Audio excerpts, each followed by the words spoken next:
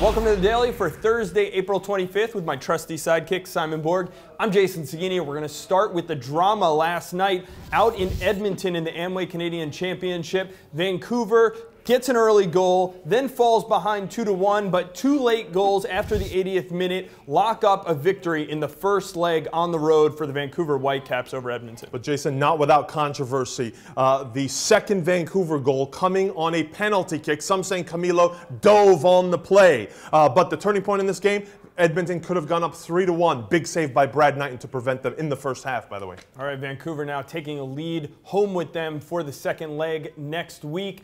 In Toronto, before that, Toronto gets a 2-0 victory over the Montreal Impact. And Simon, I know you're not happy here that it was reserve teams playing in this game. Yeah, both teams fielding several reserves. Two reserves actually scored for Toronto to give them the 2-0 lead in this series. But I don't understand Montreal. Their two best attacking players, Felipe and Marco Di Vaio, sitting out the game. I don't understand sometimes the priorities of MLS teams. I think you want to prioritize the entrance into CONCACAF Champions League, entry into CONCACAF Champions League, ahead of two regular season games. You have 34 regular season games to get into the playoffs. You can afford to give up 2 weekends. And if you're Montreal, you're actually in good shape in MLS at this point. This could set up a rematch of last year's Amway Canadian Championship final. Remember the controversy when Vancouver was up 1-0. That game was abandoned. They had to replay it, and Toronto ends up advancing into CONCACAF Champions League.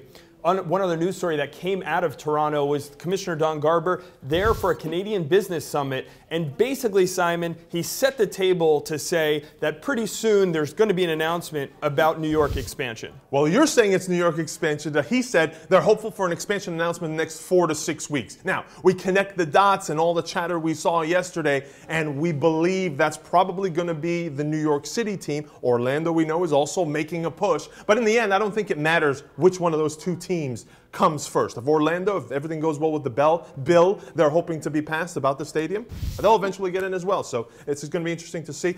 Mayor Bloomberg, New York City Mayor Bloomberg, who was also in Toronto, was asked about the stadium in New York City, and he had good things to say about how that's going along. All right, well, you can follow all those stories, of course, on MLSsoccer.com.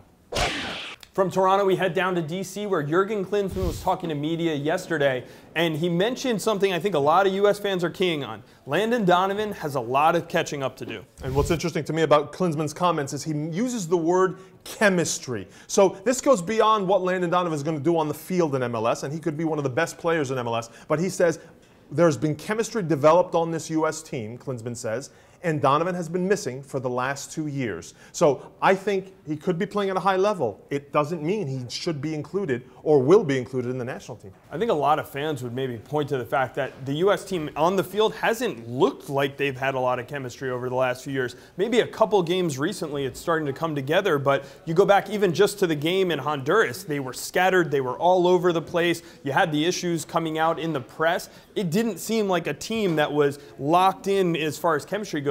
Could Landon Donovan be a piece that helps actually bring them together? See, I believe that those issues they were having, that the controversy in the press, that's all part of this group dynamic and this chemistry forming that Klinsmann is talking about, and Donovan wasn't there for it.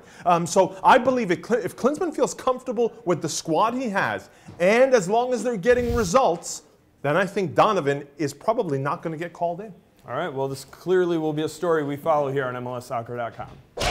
Finally, yesterday was the first leg of the CONCACAF Champions League final between Herculez Gomez's Santos side and Monterrey. And Simon, we don't know much yet about who's going through. The game finished 0-0, and now they head to Monterrey, where I think this is a great result for Santos. Even though they were at home, didn't get a goal, but they kept Monterrey off the board. And I think Santos is dangerous enough to go to Monterrey and score goals on the road, where the spaces maybe open up a little bit. Monterrey, very tactical, very compact in this first game at Santos. Herculez Gomez, by the way, coming on as a sub off the bench. Remember, it was Monterrey knocking off Santos last year on away goals in the final, so Santos probably would like to return the favor here.